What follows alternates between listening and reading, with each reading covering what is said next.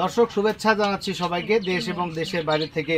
আজকের অনুষ্ঠানটি যারা দেখছেন আপনাদেরকে দেখাচ্ছি যে কিভাবে একজন কৃষক আমার এই শাহবাদ ইউনিয়নের চরবিলা গ্রামের শাহিন ভাই, উনি কিন্তু অত্যন্ত প্রগতিশীল একজন কৃষক, সৃষ্টিশীল একজন কৃষক। কিভাবে তিনি নিজের একটি উদ্দীপনা এবং নিজের ইচ্ছা শক্তির দ্বারা তিনি একটি সবজির বীজ সংগ্রহ করে এটাকে কৃষক পর্যায়ে অন্তত 100 জন কৃষক পর্যায়ে তিনি ছড়িয়ে দিয়েছেন। সেরকম একজন উদ্যমী কৃষকের সাথে পরিচয় করাবো। আমাদের মাথার পরে দেখছেন যে অলরেডি থোকায় থোকায় আপনার শত শত কুমড়া ঝুলে আছে। এই টালের যে কুমড়া চাষ করে উনি যে তাক লাগিয়ে দিয়েছেন এই শাহবাদ ইউনিয়নের সমস্ত কৃষকের মাঝে, এই উজ্জ্বল দৃষ্টান্ত দেখানোর জন্য ইনি এবং সেই মানুষটার সাথে পরিচয় করার জন্য মূলত আজকের আমাদের এই ভিডিওটি মনোযোগ সহকারে আপনারা দেখবেন। আমরা কথা বলছি শাহিন ভাইয়ের সাথে। শাহিন ভাই ভালো আছেন? আলহামদুলিল্লাহ। এই যে টালে আমরা দেখতে পাচ্ছি যে শত শত বলতে কি শত শত বেশি, তাই না? এই যে কুমড়া ঝুলে আছে, মিষ্টি কুমড়া। এই মিষ্টি কুমড়াটার এই এত অসাধারণ ফলন হওয়ার গোপন রহস্যটা কি আমাদেরকে একটু বলেন। না, আমি সবসময় পরিদর্শন করি এবং আমি ভালো বীজ সংগ্রহ করেই আমি এই ভালো বীজের আবাদ করেছি আর কি। ঠিক আছে, এই জাতটা কবে লাগিয়েছেন? এই জাতটা লাগানোটা বৈশাখ মাসে বৈশাখ মাসে লাগিয়েছেন। এখন হল ভাদ্র মাস। তো আপনার এই জাতটা মূলত ভাদ্রের একটা জাত, যে ভাদ্রে আপনার হারভেস্ট হবে। ভাদ্র মাসে যে হারভেস্টটা, সেই জাতটা যে আমরা দেখতে পাচ্ছি ভাদ্র মাসে এখন হারভেস্টের সময় চলে এসেছে। এই জাতটা আসলে কি জাত আপনি আমাদেরকে বলেন। এটা অরিজিনাল ভাদুরে জাত। এই জাতটা কত বছর এই বীজটা আপনি সংগ্রহ করে লাগাচ্ছেন? 3 বছর ধরে সংগ্রহ করি। এই একই বীজ 3 বছর ধরে আপনি সংগ্রহ করছেন। সংগ্রহ করেন কিভাবে? আমি এতে পাকা কুমড়ো রাখে ওই পাকা কুমড়োতে নিজে বীজ নিয়ে নিই আর কি, রেখে দিই।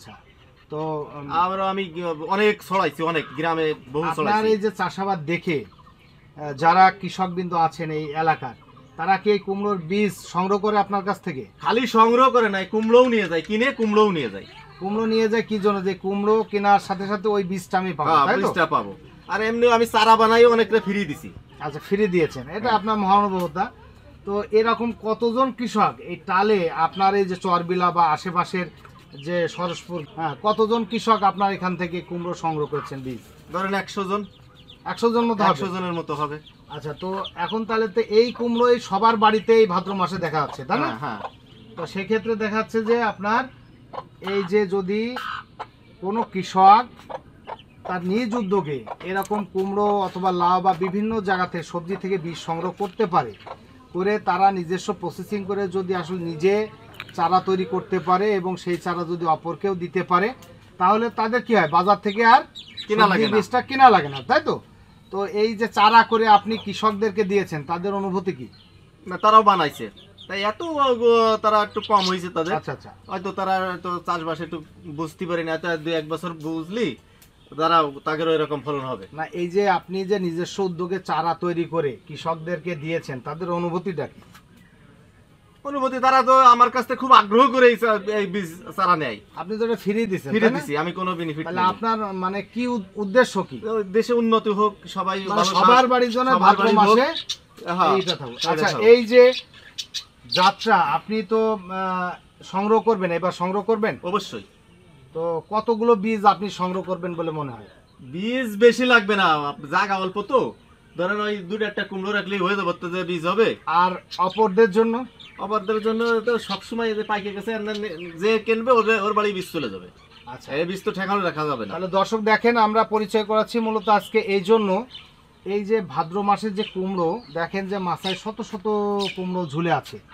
এই কুমড়োটার বীজ সংগ্রহ করে যদি আপনি রাখতে পারেন, তাহলে কিন্তু আপনার পরবর্তী মৌসুমে আপনার 3-4 মাস আগে এই যে কুমড়োটার বীজ রোপণ করলে অথবা বপন করলে আপনার প্রত্যেকেরই এরকম টালে টালে কিন্তু কুমড়ো আসছে। অতএব আমরা 100 বাড়িতে এই যে শাহিনবার উদ্যোগে এই প্রত্যেক বাড়ির টালে কিন্তু আমাদের আশেপাশে আপনার এই কুমড়ো আছে এখন। অর্থাৎ পুষ্টি চাহিদা পূরণের পাশাপাশি তাদের এই কুমড়ো তারা নিজেরা খেয়ে বিক্রি করতে পারতেছে, তাই তো? আপনি কতগুলো কুমড়ো এই আপনার টালে আছে? ধরেন 7খানেক আছে এখন। আর বিক্রি করেছেন কত? বিক্রি এখনো করিনি, কুমড়ো আবার আসতেছে, তো জালি আসতেছে। আচ্ছা, তার মানে সবখানে কুমড়ো অলরেডি আছে। এক একটা হ্যাঁ। কুমড়ো কয় টাকা করে বিক্রি হবে? আমি 50 টাকা 60 টাকা কেজি বিক্রি করি। তাহলে এক একটা কুমড়োর কেজি কয় কেজি? 6 কেজি 7 কেজি নিম্ন। 6 কেজি 7 কেজি। হ্যাঁ ওই তাহলে দেখাচ্ছে এক একটা কুমড়ো 300 350 300 350 400 টাকা হয়ে যায়, তাই না? হ্যাঁ তার মানে অনায়াসে আপনি নিজের বাড়ির পুষ্টির চাহিদা পূরণের পাশাপাশি নিজের খাবারের পাশাপাশি আবার বিক্রি করতে পারতেন। হুম। তাহলে এটা যদি প্রত্যেকের বাড়িতে এরকম করতে পারে, তারা আপনার পরামর্শে তারা অলরেডি করছে, যদি করে তাহলে নিজের পুষ্টির চাহিদা পূরণ বা নিজের খাবারের চাহিদা পূরণের পাশাপাশি বাজারেও বিক্রি করা যাবে। অবশ্যই। তাহলে আপনার এই যে আপনার আশেপাশে যারা কৃষক আছে আপনার আশেপাশে, তাদের প্রতি আপনার মেসেজটা কি? তাদের প্রতি আমারে বলেছে যে ভাই আমি তো তোমার এতে বীজ নিয়ে লাগাইছি, এদিকে বীজ নিয়ে লাগাইছি, তা তোমার যেরকম ধরেছে এরকম আমার একটু কম ধরেছে, তা আগামীতে আমার বাড়ি যে বীজ লাগাই দিয়ে আসতে হবে। তা আমি বলছি ঠিক আছে, আগামীতে তোমাদের বাড়ি যেয়ে আমি নিজের বীজ নিয়ে লাগাই দিয়ে আসবো। এবারও টার্গেট আমার বাড়ি যদি কেউ না বানাতে পারে আমি 1000-এর বেশি চারা আমি ফ্রিই দেবো তাদের। এরা নিয়ে আপনারা দেখলেন কিন্তু যে এমন একটা উদ্যোগী কৃষক এবং এমন একটা কৃষি বান্ধব মানে কৃষক যে তার নিজের উদ্যোগে চারা তৈরি করে রেখে দিচ্ছে বাড়িতে, যেন এই এলাকার সমস্ত কৃষক তার বাড়ি থেকে আশেপাশে যারা কৃষক যারা চারা উৎপাদন করতে না পারবে তারা কুমড়োর বীজ নিয়ে তার বাড়িতে লাগাবে। আমরা সাধুবাদ জানাচ্ছি আমাদের উপজেলা কৃষি অফিস থেকে তাকে, এবং আমরা সবসময় তার পাশে আছি, এবং কৃষকরা তাদের আহ্বান জানাবো যে এই শাহবাদ ইউনিয়নের যারা 2-1টা করে কুমড়ো আপনারা লাগাইতে চাচ্ছেন তারা সরাসরি শাহিনবার কাছে যোগাযোগ করবেন। চরবিলের শাহিন ভাই, স্ক্রিনে তার নাম্বারটা আমরা দিয়ে দেব।